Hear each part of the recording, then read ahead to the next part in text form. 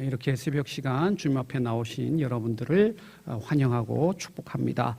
오늘 역대기 상하의 말씀은 바사왕 고레스의 칙령에 의해서 예루살렘에 돌아와 다시 하나님의 도성 예루살렘을 건축해야 하는, 재건해야 되는 상황, 그 이후에 기록된 말씀입니다.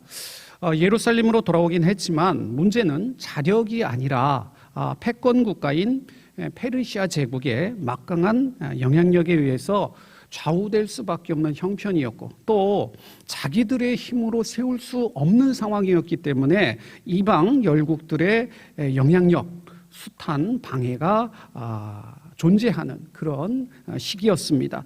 한마디로 고난을 박차고 올라오는 시점에서 삶의 기반은 무너져 내리고 희망이라고는 찾아볼 수 없는 이 시대적인 현실 앞에서 영적인 침체기에 우리가 과연 어떻게 하나님께서 택하신 선민으로서의 정체성을 회복하고 민족의 열을 고취시킬 수 있을까? 이런 시대적 과제 앞에서 기록된 말씀이 우리가 대하는 역대기 상하의 말씀입니다.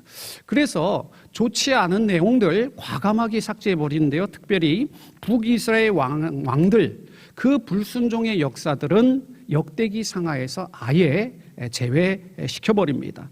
대신 하나님께 순종한 남유다의 왕들의 역사를 재조명하는데, 그 믿음의 족적 가운데 조금 읽기 거북한 내용들, 그러니까 예를 들면 다윗이 밧세바와 그런 이야기들, 또 솔로몬의 최후 우상 숭배를 하여 하나님을 떠났다, 이런 기록들은 역대기 말씀에서는 찾아볼 수가 없습니다.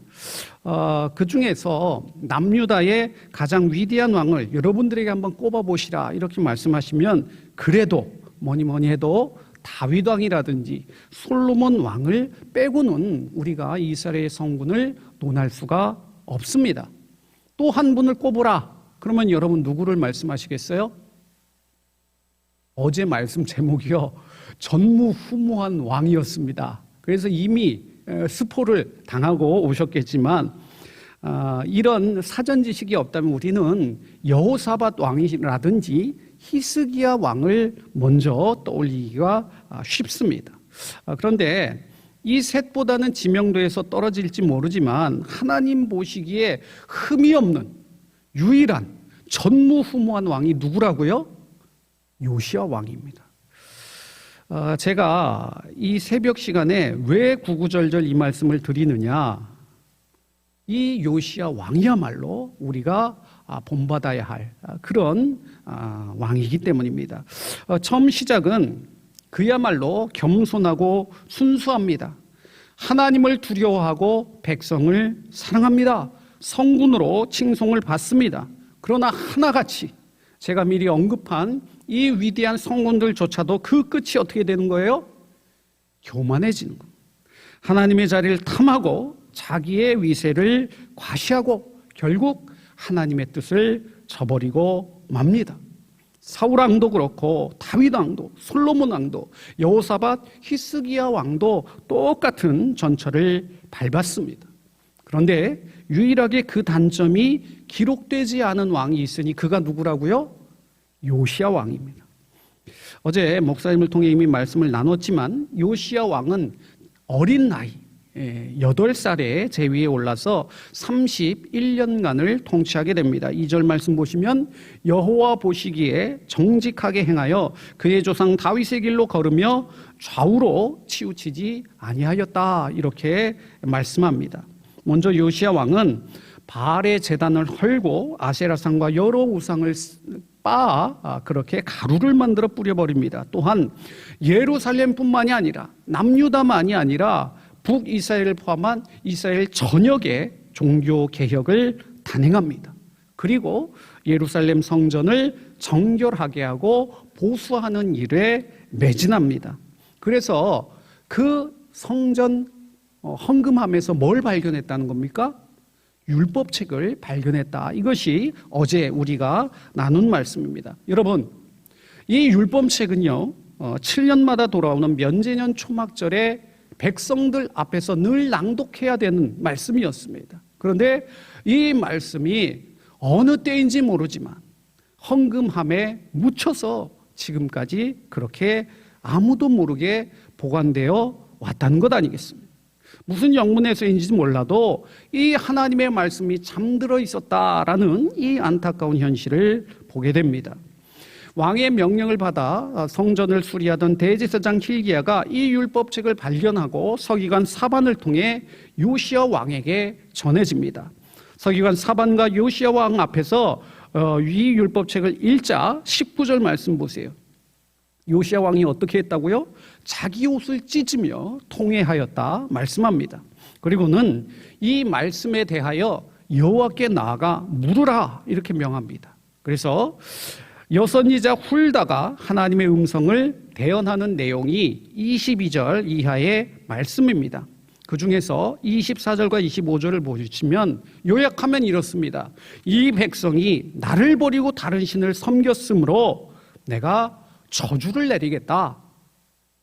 멈추지 않겠다. 이렇게 자신의 뜻을 피력하십니다. 그런데 참 아이러니하죠. 하나님께서는 동시에 무엇을 약속해 주시느냐? 다만 이 말씀을 듣고 내게 물으려 한 요시야 왕, 그 요시야 왕만큼은 이 모든 재앙을 보지 않고 평안하게 묘실로 돌아갈 수 있게, 그렇게 죽음을 맞이하게 내가 하겠다, 이렇게 약속해 주셨다는 겁니다. 여러분, 바로 이 대목에서 우리는 요시야 왕의 위대함을 발견합니다. 요시야 왕의 이 마음이 어땠을까? 바로 침몰하는 배를 바라보는 선장의 마음. 그래서 자기 혼자 목숨을 구하려고 하지 않고 함께 운명을 같이 하는 그 마음 아니겠습니까? 요시야 왕은 일신의 안위에 만족하지 않았습니다. 어떻게 하면 하나님의 진노를 돌이킬 수 있을까? 자신이 할 수 있는 최선의 노력을 다합니다. 우리가 살아가는 시대는 어떻습니까? 나만 아니면 돼. 이런 마음으로 다른 사람들을 돌아보지 아니할 텐데 요시야 왕은 그러지 않았다는 거죠. 먼저 30절 말씀처럼 요시야 왕은 여호와의 전에 온 백성을 불러 모아 모세에 전한 여호와의 율법책을 낭독합니다. 그리고 31절 이스라엘 백성들에게 이 율법책을 낭독하고 스스로 돌이킬 수 있도록 기회를 제공할 뿐만이 아니라 31절 말씀, 요시야 왕은 자기 처소에서 혼자 있을 때도 하나님과 1대1 관계에서 언약을 세웁니다. 마음을 다하고 성품을 다하고 여호와를 순종하고 그 계명과 법도를 율례를 지켜 이 책에 기록된 언약의 말씀을 이루겠습니다. 이렇게 다시 한번 갱신을 다짐합니다. 이제 내일과 모레 더 살펴보겠지만 미리 말씀을 드리자면 앞으로 다가올 요시야 왕의 최후가 어떻습니까? 애굽왕 느고가 침공해 옵니다. 전쟁에 나갑니다. 하나님께서 애굽왕 느고의 입을 통해서 뭐라고 말씀하시느냐? 하나님께서 너를 살리기 원하신다. 그 자리를 피하라. 이렇게 하나님은 말씀하시지만 요시야는 그 말씀을 듣지 않습니다. 그래서 그 전장에서 전사하여 죽음을 맞이하게 됩니다. 33절 말씀 읽고 다 같이 읽으시고 마치겠습니다. 33절입니다. 이와 같이 요시야가 이스라엘 자손에게 속한 모든 땅에서 가증한 것들을 다 제거하여 버리고 이스라엘의 모든 사람으로 그들이 하나님 여호와를 섬기게 하였으므로 요시야가 사는 날에 백성이 그들의 조상들의 하나님 여호와께 복종하고 떠나지 아니하였더라. 참 아이러니한 말씀입니다.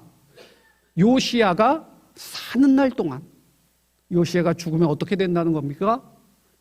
이스라엘을 향한 심판이 다시 시작된다는 겁니다.